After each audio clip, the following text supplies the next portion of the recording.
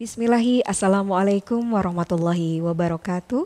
Bertemu kembali bersama dengan saya Ibu Melani Idamarini yang akan menemani pembelajaran sosiologi. Anak-anakku semuanya kelas 11, bagaimana kabar kalian? Semoga senantiasa sehat selalu ya. Pada hari ini kita akan belajar bab 2 ya, yaitu tentang permasalahan sosial yang ada di dalam masyarakat. Kita bisa saksikan melalui slide berikut. Arnold Ross mengatakan bahwa masalah sosial dapat didefinisikan sebagai suatu situasi yang telah mempengaruhi sebagian besar masyarakat, sehingga mereka percaya bahwa situasi itu bertanggung jawab atas kesulitan mereka, dan situasi itu dapat diubah. Anak-anak bisa melihat peta konsep kita pada pembelajaran hari ini ya, yaitu tentang permasalahan sosial. Yang akan kita bahas adalah pengertian masalah sosial. Kemiskinan sebagai masalah sosial, kriminalitas sebagai masalah sosial, kesenjangan sosial, ekonomi sebagai masalah sosial, dan ketidakadilan sebagai masalah sosial. Apa sebenarnya pengertian masalah sosial? Istilah masalah sosial mengandung dua kata, yaitu masalah dan sosial. Kata sosial mengacu pada masyarakat, hubungan sosial, struktur sosial, dan organisasi sosial. Sedangkan kata masalah mengacu pada kondisi, situasi, atau perilaku yang tidak diinginkan, perilaku yang bertentangan, aneh, tidak benar, dan sulit. Ada dua elemen penting yang terkait dengan definisi masalah sosial. Yang pertama adalah elemen objektif, menyangkut keberadaan suatu kondisi sosial, di mana kondisi sosial disadari melalui pengalaman hidup kita, media, serta pendidikan. Yang kedua, elemen subjektif, menyangkut keyakinan kita bahwa kondisi sosial tersebut berbahaya bagi masyarakat dan harus diatasi. Anak-anakku semuanya, ada 4 hal yang perlu diperhatikan terkait dengan definisi masalah sosial. Yang pertama, bahwa penggunaan istilah masalah sosial menunjukkan bahwa ada sesuatu yang salah. Oleh karenanya, perlu dievaluasi karena kondisi tersebut membahayakan manusia. Yang kedua, masalah sosial adalah kondisi sulit yang mempengaruhi tidak hanya satu orang, tetapi sejumlah besar masyarakat. Yang ketiga, definisi masalah sosial mengandung optimisme untuk dapat dirubah. Yang keempat, masalah sosial adalah kondisi yang harus dirubah. Dengannya perlu adanya ikhtiar untuk melakukan sesuatu. Beberapa teori sosiologi tentang permasalahan sosial. Yang pertama adalah teori fungsionalis. Teori ini mengatakan bahwa semua bagian masyarakat mempunyai fungsinya masing-masing di dalam masyarakat. Semua bagian masyarakat ini saling bekerja sama membangun tatanan sosial yang stabil. Jika salah satu bagian dari masyarakat tersebut tidak menjalankan fungsinya dengan baik, maka terjadilah ketidakteraturan sosial dalam bentuk masalah sosial. Sedangkan teori konflik mengatakan bahwa masalah sosial timbul dari berbagai macam konflik sosial, yaitu konflik kelas, konflik ras, atau konflik etnis, dan konflik gender. Terdapat dua perspektif teori konflik, yaitu teori Marxis dan teori non-Marxis.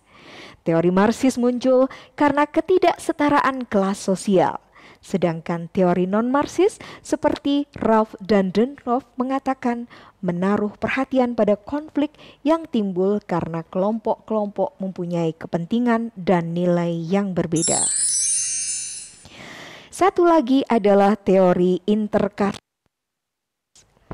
Ada dua teori interaksi simbolis yang berbeda pandangan tentang masalah sosial. Yang pertama adalah labeling teori, kedua adalah teori konstruksionisme atau yang dikemukakan oleh Edwin Sutherland mengistilahkan sebagai asosiasi diferensial.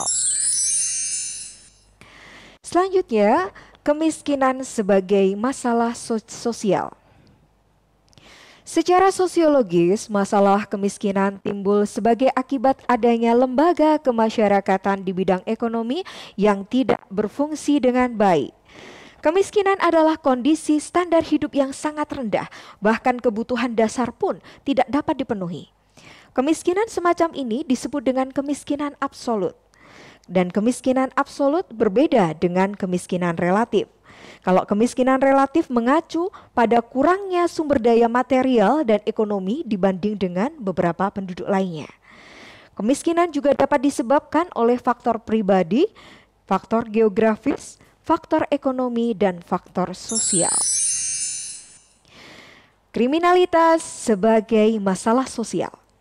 Kriminalitas adalah satu bentuk penyimpangan, khususnya perilaku yang melanggar hukum pidana tertentu.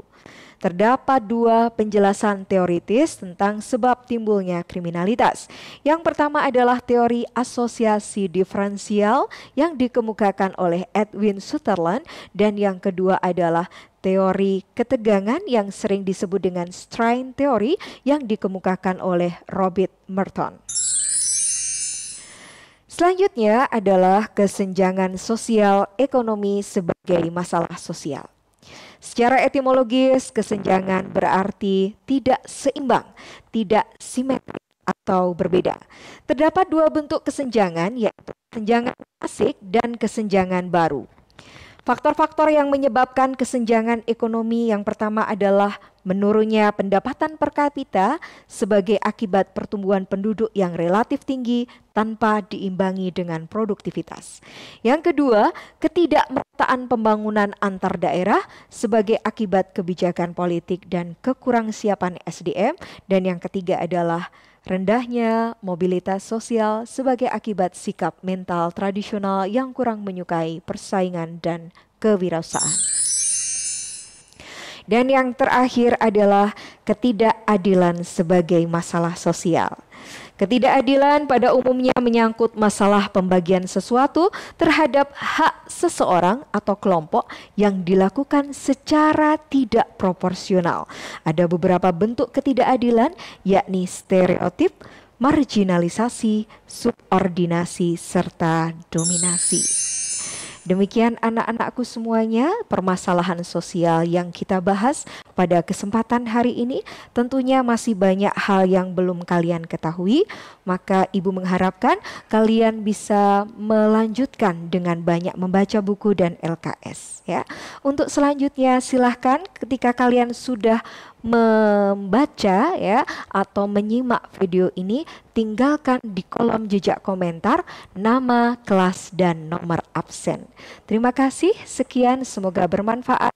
Billahi taufik wal hidayah. Assalamualaikum warahmatullahi wabarakatuh.